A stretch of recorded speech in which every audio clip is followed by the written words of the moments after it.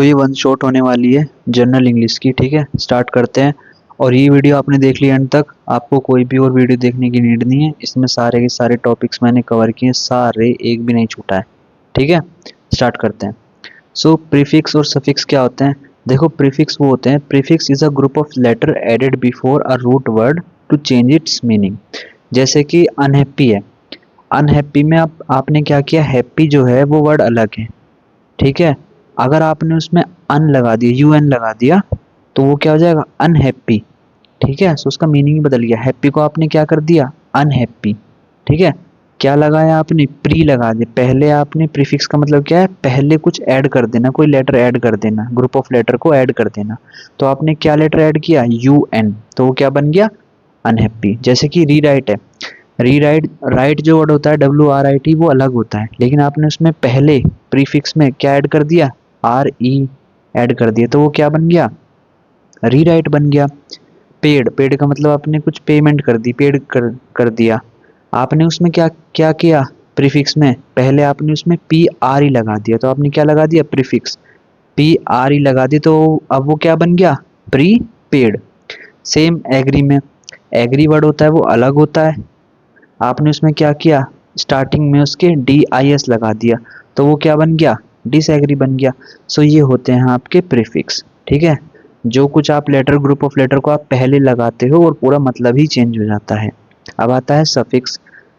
Suffix क्या होते हैं, is a group of letter added after, जो बाद में ऐड करे जाते हैं रूट वर्ड के। ठीक है, उनको सफिक्स बोलते हैं। जैसे कि एग्जाम्पल, हैप्पी, हैप्पीनेस में आपने क्या लगा, आखिरी में क्या लगा दिया, नेस लगा दिया, तो वो क्या बन गया, हैप्पीनेस।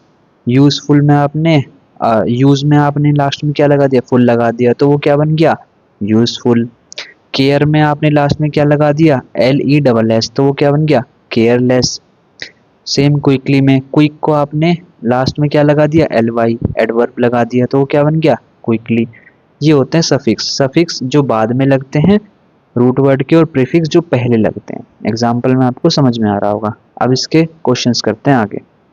सो ये कुछ क्वेश्चंस हैं, ऐसे क्वेश्चंस आते हैं, देखो ऐसे क्वेश्चंस भी आ सकते हैं, थोड़े अलग से चेंज होके भी आ सकते हैं। मतलब आप ये समझो कि जनरली मैंने इस वीडियो में ये बताया है कि आपके कैसे टाइप के क्वेश्चन बन के आते हैं।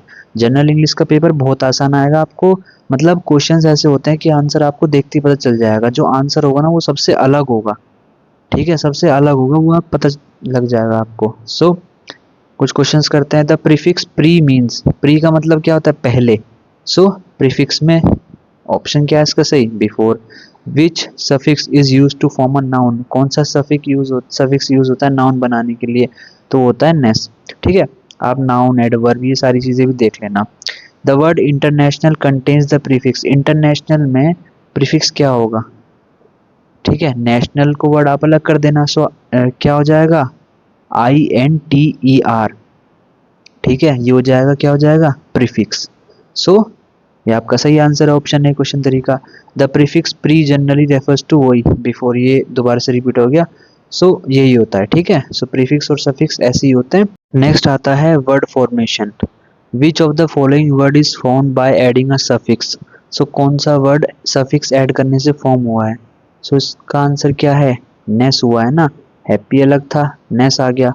रीराइट क्या है, रीराइट एक प्रीफिक्स है, प्री हीट भी एक प्रीफिक्स है, अनहैप्पी भी एक प्रीफिक्स है। ठीक है, सो हैप्पीनेस क्या है, एक सफिक्स है।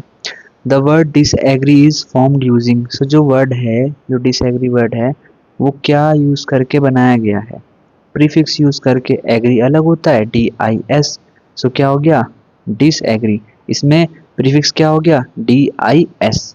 ठीक है, उसके बाद आता है which word is compound word.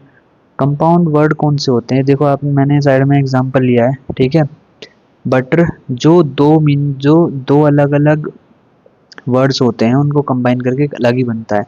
जैसे कि बटर का मीनिंग अलग होता है, ठीक है, फ्लाई का मीनिंग, आप फ्लाई को आप मक्खी बोलते हो, सो दोनों को मिला के आपने क्या बनाया, बटरफ्लाई।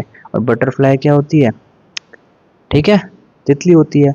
सनफ्लावर है, सन का मीनिंग अलग है, सूरज, फ्लावर अलग होता है, तो दोनों को मिलाया तो सनफ्लावर बन गया।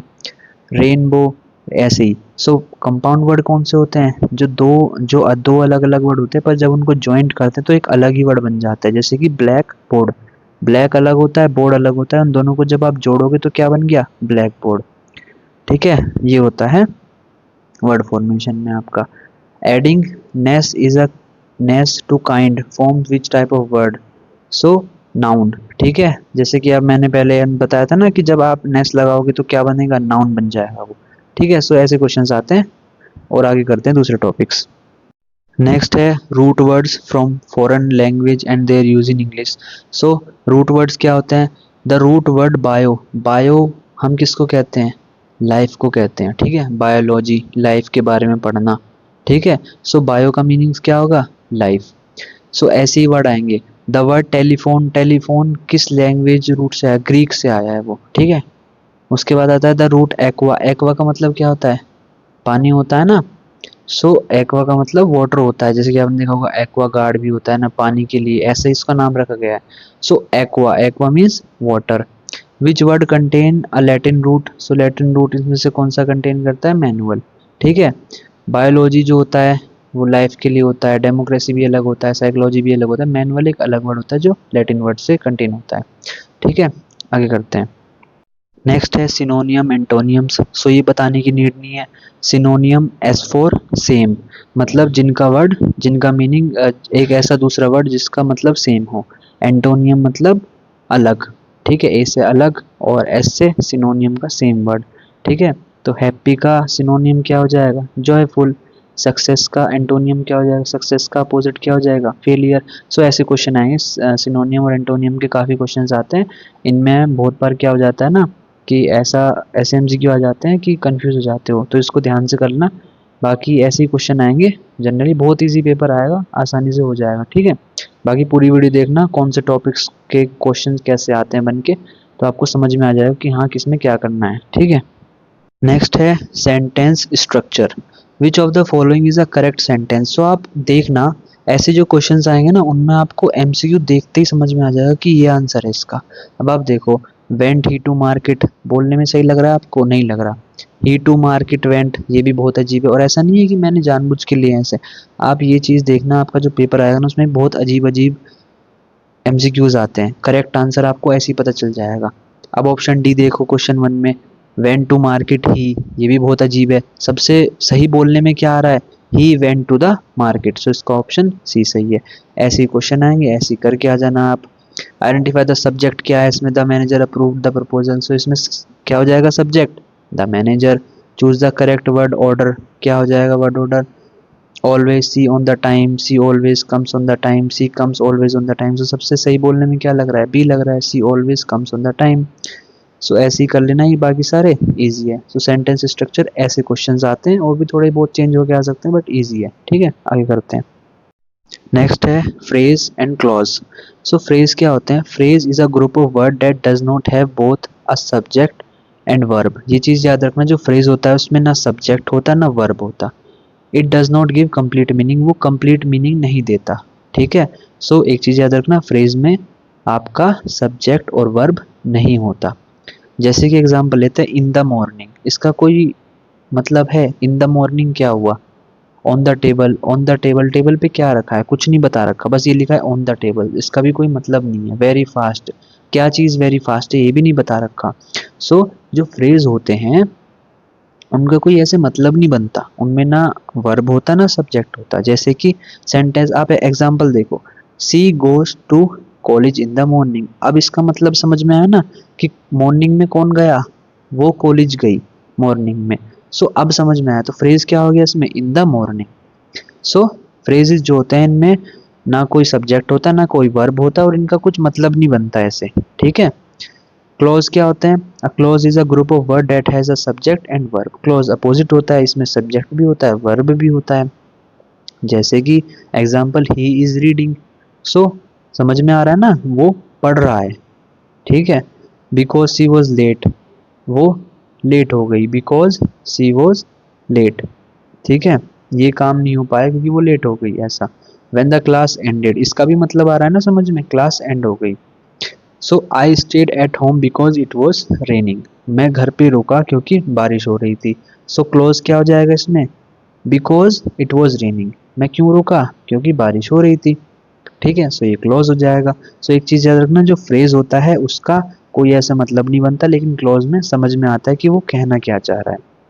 ठीक है, पूरी बात तो इसमें समझ में नहीं आएगी, लेकिन हाँ समझ में आ जाएगा कि हो क्या रहा है, काम क्या हो रहा है, ऐसा सब्जेक्ट क्या है और वर्ब क्या है, ये समझ में आ जाएगा। ठीक है, क्यों? क्योंकि फ्रेज में सब्जेक्ट और वर्ब नहीं होता, क्लॉज में होता है। ठीक है, एग्जाम्पल देख लेना, समझ में आ जाएगा। अब इसके क्वेश्चंस करते हैं आगे। और जिसने अभी तक चैनल सब्सक्राइब नहीं किया कर देना। ठीक है, कमेंट करके बताना कोई भी डाउट हो तो, वीडियो शेयर कर देना अपने फ्रेंड्स के साथ, जो नहीं पढ़ रहे हैं, जो वैसे पढ़ रहे हैं, उनको वीडियो से हेल्प हो जाएगी काफ़ी। ठीक है, सो 1000 करवा देना जल्दी से सब्सक्राइबर। ठीक है, कुछ 150 200 रह रहे हैं। सो फ्रेज फ्रेज और क्लॉज के क्वेश्चंस देखते हैं। अब phrase is a group of word. Phrase किसको बोलते हैं? जिसका ना कोई सब्जेक्ट होता ना वर्ब होता। सो ऑप्शन सी सही है। आइडेंटिफाई द फ्रेज, इसमें से फ्रेज बताओ क्या है। सी इज सिंगिंग, ये फ्रेज नहीं है, ये क्लॉज है। व्हेन ही अराइव्ड, ये भी एक क्लॉज है। इन द मॉर्निंग, ये एक फ्रेज है। इन द मॉर्निंग क्या? ठीक है, सो ये एक फ्रेज है। विच of the following is a clause, clause क्या है? ऑन द टेबल, ये भी नहीं है, ये भी फ्रेज है। इन द रूम, ये भी एक फ्रेज है। बिकॉज इट वॉज रेनिंग, ये एक क्लॉज है। ठीक है, सो ऐसे क्वेश्चंस आते हैं, ये देख लेना आप। और भी आगे एग्जाम्पल है, इनको पढ़ लेना, इजी है। फ्रेज और क्लॉज के ऐसे क्वेश्चंस आते हैं। ठीक है, और भी कुछ घुमा फिरा के आ सकते हैं, बस इजी है। बस आपको मेन वीडियो का मतलब यही है कि आपको समझ में आ जाए कि हाँ कैसे कैसे क्वेश्चन बनते हैं। ठीक है, आगे करते हैं। नेक्स्ट है पंचुएशन। ठीक है, so punctuation, which punctuation mark is used at the end of question. तो जब आप किससे क्वेश्चन पूछते हो तो कौन सा पंचुएशन मार्क यूज होता है एंड में? क्वेश्चन मार्क यूज होता है ना, जब कोई सवाल करते हैं कि इसका क्या क्वेश्चन। सो आपको पता होना चाहिए जो पंचुएशन होते हैं, जैसे कि full stop, comma, question mark, colon, apostrophe, semi colon. ठीक है, ये सारे कहाँ यूज करते हैं, कब यूज करते हैं सेंटेंस में, ये पता होना चाहिए आपको। Choose the correctly punctuated sentence. आप देख रहे होंगे बी सही आंसर है, ऐसे ही लिखते हैं ना, इट्स अ गुड आइडिया। ठीक है, नेक्स्ट है comma is use to. Comma कब यूज करा जाता है? Separate item in a list, तब यूज करते हैं। Which punctuation mark shows possession, कौन सा मार्क आपका पोजेशन बताता है? एपोस्ट्रोफी। ठीक है, चूज द करेक्ट सेंटेंस, इसमें से सबसे सही सेंटेंस क्या है? However he was late.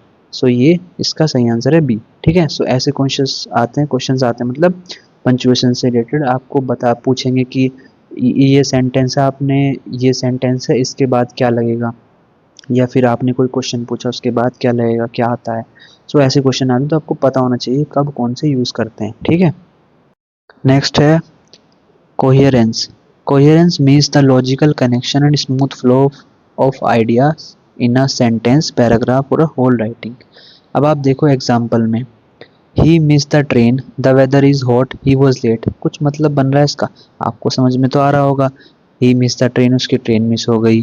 Weather बहुत हॉट है, वो लेट हो गया। इसका कुछ मतलब नहीं है। लेकिन अब आप नीचे देखो, ठीक है, कोहेरेंट सेंटेंस कैसे बन जाएगा? He miss the train because he was late, वो उसकी ट्रेन मिस हो गई क्योंकि वो लेट हो गया। ठीक है, सो स्मूथ फ्लो होना चाहिए। ठीक है, ऐसा नहीं है कि कुछ भी अंट संट बोला जा रहा है। दोनों के बीच में जब बोल रहे हो ना आप, तो सही लगना चाहिए बोलते टाइम, एक ही बार में पूरा सेंटेंस समझ में आना चाहिए। ही मिस द ट्रेन अलग हो गया, द वेदर इज हॉट ये अलग हो गया, ही वॉज लेट ये अलग हो गया। इसका कुछ मत तुक नहीं बन रहा। लेकिन जब आपने नीचे पढ़ा he miss the train because he was late, so इसका सही मीनिंग आ रहा है ना समझ में, ये होता है कोहेरेंस। ठीक है, अब आगे करते हैं इससे related MCQ. So coherence is coherence in writing means, coherence in writing का मतलब क्या होता है? Correct spelling, logical flow of ideas. So correct spelling वो तो दूसरी चीज़ हो गई, लेकिन लॉजिकल फ्लो ऑफ आइडिया होना चाहिए, मतलब बोलते टाइम लॉजिक आना चाहिए कुछ। ठीक है, जैसे कि पहले आ रहा था जब हमने देखा था ना वो, ये which word helps in creating coherence, कौन से वर्ड हेल्प करते हैं कोहेरेंस क्रिएट करने में? बट, देयर फोर, हाउएवर, सारे क्रिएट करते हैं, हेल्प करते हैं कोहेरेंस बनाने में। विच सेंटेंस शोज कोहेरेंस, कौन सा सेंटेंस कोहेरेंस बताता है? He is late, weather is hot. इसका कुछ मतलब नहीं है। लेट, ट्रैफिक, हैवी, हॉट, इसका भी कुछ मतलब नहीं बन रहा। ट्रैफिक लेट बिकॉज, ये भी कुछ नहीं है। So he is late because traffic was heavy. So इसका कुछ मतलब बन रहा है ना, वो लेट हुआ क्योंकि ट्रैफिक बहुत हैवी था। सो ऐसे होते हैं कोहेरेंस, ऐसे फाइंड आउट करते हैं, ऐसे क्वेश्चंस आते हैं, देख लेना आप, ये इजी है काफ़ी। ठीक है, आगे करते हैं। नेक्स्ट है ऑर्गेनाइजिंग प्रिंसिपल्स ऑफ पैराग्राफ्स। ठीक है, a paragraph should mainly contain, एक पैराग्राफ में क्या होता है? One main idea, many topics, know example, only fact. देखो एक पैराग्राफ में जो मेन कंटेंट होता है ना वो वन मेन आइडिया होता है। पूरा पैराग्राफ बनाया किस पे जाता है, एक आइडिया पे बनाया जाता है। 50 चीजें डिस्कस नहीं करते, बस एक आइडिया के ऊपर पूरा पैराग्राफ लिखा जाता है। ठीक है, सो इसका आंसर ए है। The first sentence of paragraph is called, जो सेंटेंस का फर्स्ट पैरा होता है उसको क्या बोलते हैं, topic sentence. Supporting sentence, supporting sentence क्या होते हैं, एक्सप्लेन मेन आइडिया, मतलब जो आइडिया को एक्सप्लेन करते हैं कि है क्या ये। मतलब a good paragraph should be, एक गुड पैराग्राफ कैसा होना चाहिए, क्लियर एंड ऑर्गेनाइज होना चाहिए। Which which is the correct order of paragraph, क्या होता है एक पैराग्राफ करेक्ट ऑर्डर, पहले टॉपिक, फिर सपोर्ट, फिर कंक्लूजन। ठीक है, सो ऐसे क्वेश्चंस आ सकते हैं। आप देख लेना कि पैराग्राफ के मेन बॉडी, मेन उसको क्या बोलते हैं, पैराग्राफ का फर्स्ट सेंटेंस को क्या बोलते हैं, एंड को क्या बोलते हैं, ऐसी चीजें आ सकती हैं। ठीक है, आगे करते हैं। नेक्स्ट है techniques for writing precisely. Writing precisely means using difficult word, ये भी नहीं है। राइटिंग लॉन्ग सेंटेंस, ये भी नहीं है। राइटिंग क्लियर एंड ब्रीफली, मतलब आप क्लियर राइट करो और ब्रीफ छोटे में समझाओ। जैसे कि मैं आपको समझाता हूँ अपने टॉपिक्स में, मैं इसलिए यूज़ करता हूँ क्योंकि आपको समझ में आ जाता है एक सिंपल लैंग्वेज में कि भाई है क्या टॉपिक एक तरीके से। नेक्स्ट क्वेश्चन है which sentence is more precise, कौन सा सेंटेंस इनमें से आपको ज़्यादा प्रिसाइज लग रहा है। He made a lot of mistake, ये भी आप खुद सोचो, बोलने में सही लग रहा है, सही लग सकता है, पर आप दूसरों को भी देखो ना, he did something wrong, mistake were made by him. So second देखो, he made many mistake in calculation, ये एक प्रिसाइज सेंटेंस लग रहा है बोलने में भी और समझ में भी आ रहा है अच्छे से। सो आंसर बी इसका सही है। आप ये देखना इंग्लिश का जो पेपर है ना उसमें आप आधे आंसर तो ऐसे ही पता लगा लोगे, बार बार बस एमसीक्यू को बोलना, जोन सा बोलने में सही लग रहा है और आपको समझ भी आ रहा है कि ये मुझे सही लग रहा है वो टिक कर आना। To write precisely we should avoid, हमको प्रिसाइजली राइट करने के लिए क्या अवॉइड करना चाहिए, अननेसेसरी वर्ड्स। ठीक है, क्यों, क्योंकि एक तो हम ब्रीफ में दे रहे हैं और सिंपल दे रहे हैं, ब्रीफ में हम समझाने की कोशिश कर रहे हैं, ठीक है, और क्लियर समझा रहे हैं, तो अननेसेसरी वर्ड्स को आपको अवॉइड करना चाहिए। सो कुछ क्वेश्चन और है, देख लेना दो क्वेश्चन आके, अब आगे करते हैं। नेक्स्ट है सब्जेक्ट वर्ब एग्रीमेंट, ये भी कुछ ज़्यादा समझाने की जरूरत नहीं है। आप बस एक चीज़ नोटिस करना, जैसे ऐसे ऐसे क्वेश्चन आते हैं ना उनका आप क्वेश्चन पढ़ना। अब जैसे कि ही है, he go to college, he going to college, he gone to college, अच्छा नहीं लग रहा बोलने में, लेकिन सबसे सही कौन सा लग रहा है, he goes to college every day. ठीक है, सो ऑप्शन बी सही है। The list of items dash on the table, अगर आपको इंग्लिश अच्छे से आती है, सारी चीज़ें आती हैं, तो आप अपने वर्ब, एडजेक्टिव, सब्जेक्टिव ये सब यूज़ करके, आईएनजी सब यूज़ करके कर सकते हो। बट एक बेसिक सा तरीका यही होता है, आपको समझ में आ जाएगा देखते ही क्या है आंसर। ठीक है, कहीं कहीं कंफ्यूज हो सकते हो, बट कोशिश करना कि पहले उन उन ऑप्शंस को एलिमिनेट कर दो जो आपको बिल्कुल लग नहीं रही कि बिल्कुल बेकार है। फिर अगर दो मिलते हैं तो दो में से कोई एक सबसे बेस्ट चूज कर लो। The list of items are on the table, were on the table, have on the table, is on the table, ये ज़्यादा सही लग रहा है बोलने में। Neither of the boys, or neither of the boys are present, neither of the boys were present, neither of the boys have present, neither of the boys is present. तो D ज़्यादा सही है, तो इसका आंसर ये हो गया। ऐसे आप आंसर कर सकते हो सब्जेक्ट वर्ब एग्रीमेंट के। ठीक है, अब आगे करते हैं कुछ और क्वेश्चंस। नेक्स्ट है noun pronoun agreement. Every day, forgot, his or her. ठीक है, everyone forgot his or her umbrella. The girl lost her bag, each student must submit his or her agreement assignment. So his or her ऐसे जो words होते हैं ना, noun pronounce जो होते हैं वो यूज करे जाते हैं।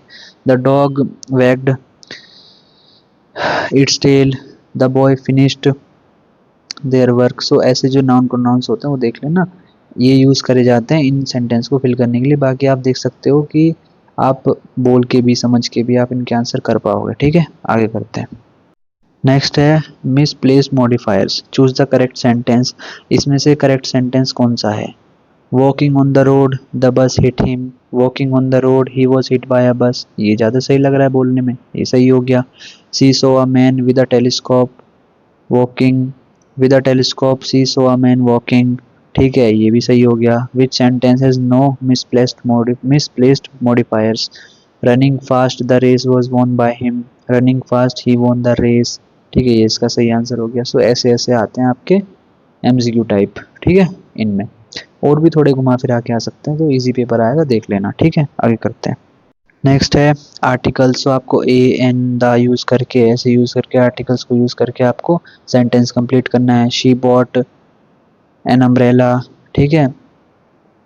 The sun rises in the east, he is the honest, he is a honest, he is an honest man, I saw a tiger in the zoo, ठीक है। सो ऐसे क्वेश्चन है। अब आगे करते हैं। आर्टिकल्स में से ए एन द ये यूज़ करके आपको पूरे के पूरे जो सेंटेंस है वो फिल करने हैं, ठीक है। अब आगे करते हैं। नेक्स्ट है prepositions. So he is good at maths.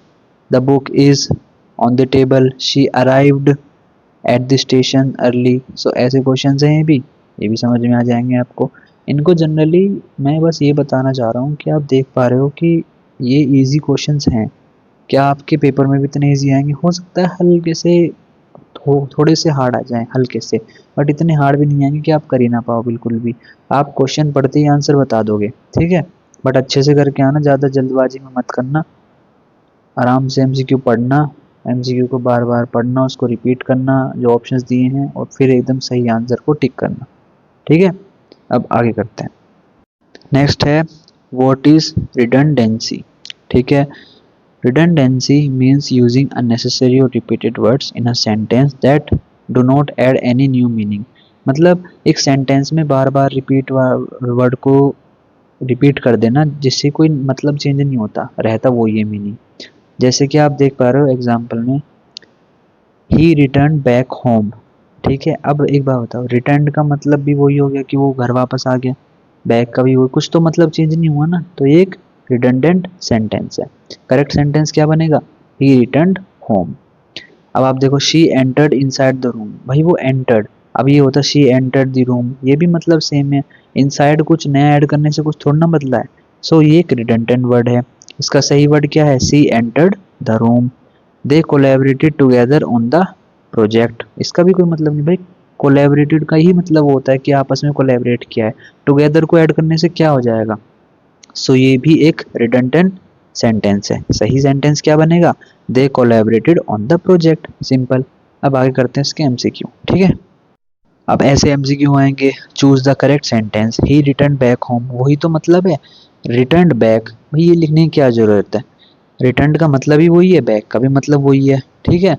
सो ये एक गलत है। सो इसका सही सेंटेंस क्या होगा? ही returned home. Identify the correct sentence, repeat again the question, repeat the question again and again, again again, ये भी कोई मतलब नहीं है, रिपीट द क्वेश्चन, ये सही सेंटेंस है। सो ऐसे क्वेश्चन आएंगे आपके रिडंडेंसीज के, ठीक है। नेक्स्ट है sensible writing. Sensible writing mainly focuses on, sensible writing नाम से आया जिसमें सेंस हो। सेंसिबल राइटिंग क्या हो गया? क्लियर और लॉजिक आइडियाज के ऊपर बेस होती है। विच सेंटेंस हो sensible writing? He went there, there and everywhere, है कुछ बात ये, ठीक है, बकवास सेंटेंस है ये। The plan failed due to poor management, ये एक सेंसिबल राइटिंग है। इससे समझ में आ रहा है कि कैसा, मतलब the plan fail due to poor management, जो प्लान था वो फेल हो गया पुअर मैनेजमेंट की वजह से, ठीक है। वाह व्हाट अ थिंग, मतलब क्या थिंग, मतलब कहना क्या चाह रहा है वो, ठीक है। रनिंग फास्ट क्विकली स्पीड, क्या ये भी बकवास सेंटेंस है। सो क्वेश्चन नंबर 2 जो है उसमें बी सही है। Sensible writing avoid, sensible writing जो होती है वो क्या अवॉइड करती है? ऑप्शन सी सही है, एम्बिग्यूटी, ठीक है। The purpose of sensible writing is to, purpose क्या होता है सेंसिबल राइटिंग का? Convey ideas effectively, ideas effectively convey हो सके, घुमा फिराए कुछ बात ना हो, सेंसिबल लॉजिक वे में हो, सिंपल सीधी, ताकि सबको समझ में भी आ जाए, ठीक है। नेक्स्ट है describing.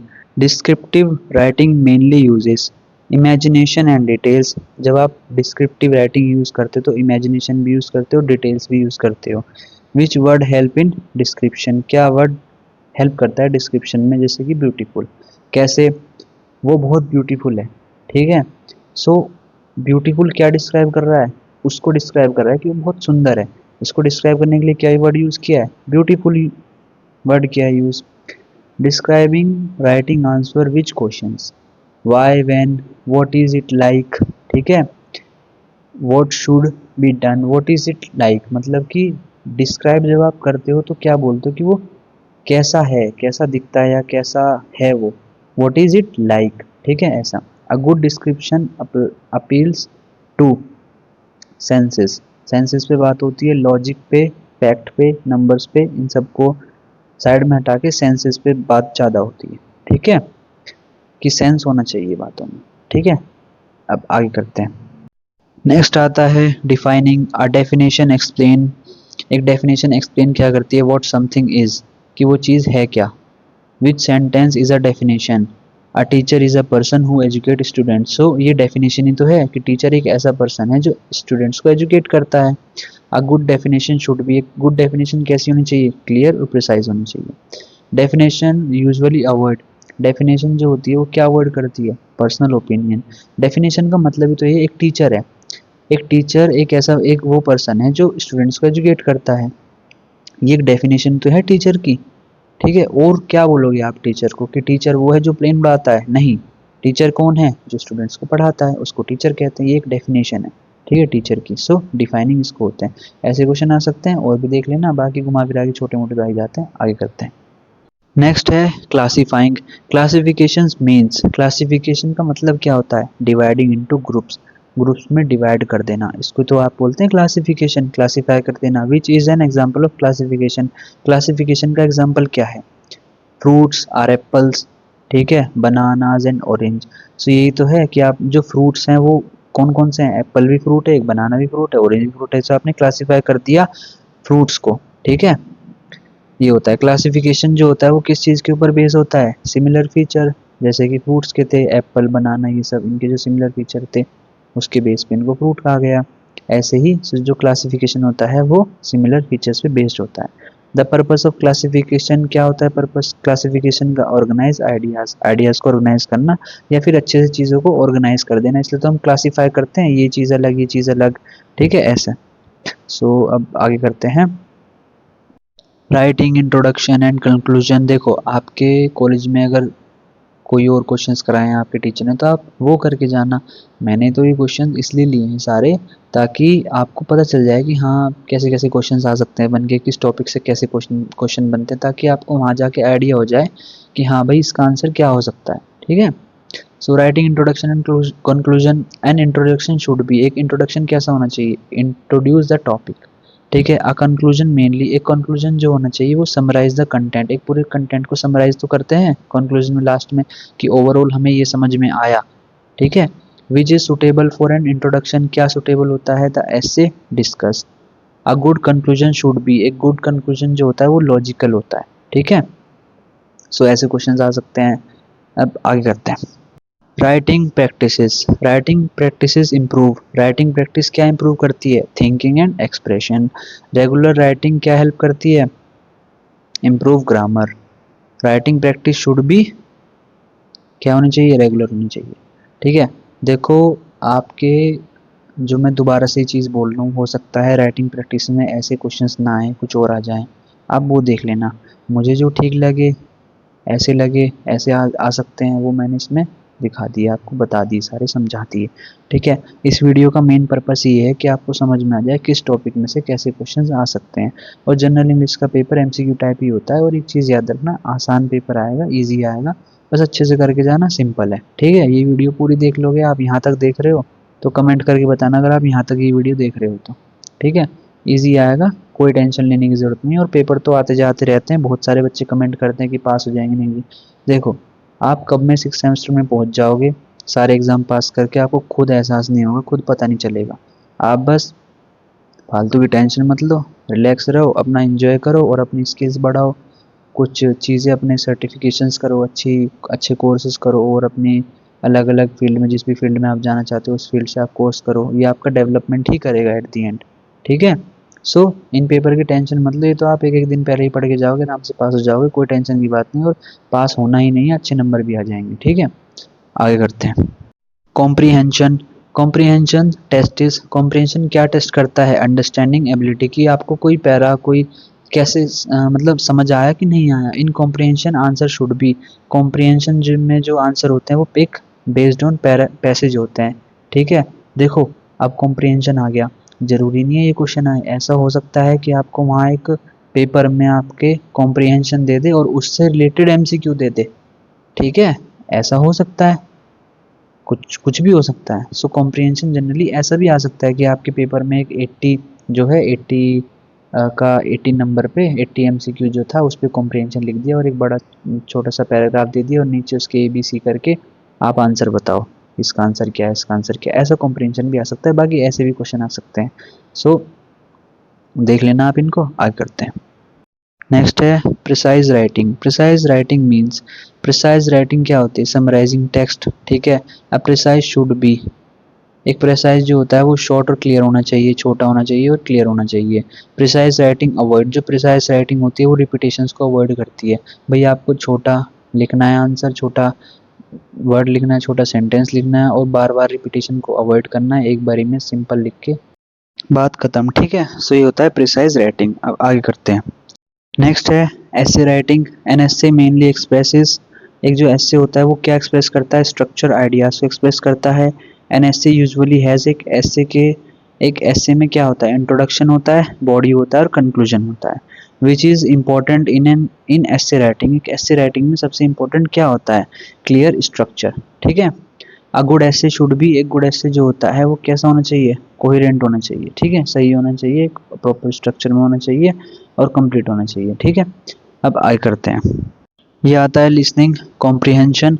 Listening comprehension mainly test the ability to, एक लिसनिंग कॉम्प्रिहेंशन क्या कौन सी एबिलिटी को टेस्ट करता है, अंडरस्टैंडिंग स्पोकन लैंग्वेज, ठीक है, जब आप बोलते हो आप उसको कितना समझ पाए।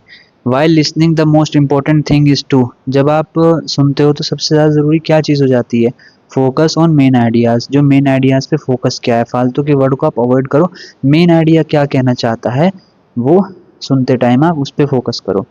Listening comprehension improve with, listening comprehension जो होता है वो कैसे इम्प्रूव होता है, प्रैक्टिस और अटेंशन के साथ इम्प्रूव होता है। In listening test answer should be based on, जो आंसर होते हैं वो ऑडियो कंटेंट के ऊपर बेस्ड होते हैं। Active listening involve, active listening में क्या इन्वॉल्व होता है, बीइंग फुली अटेंटिव, ठीक है। सो ये होता है लिसनिंग कॉम्प्रिहेंशन। अब आगे करते हैं।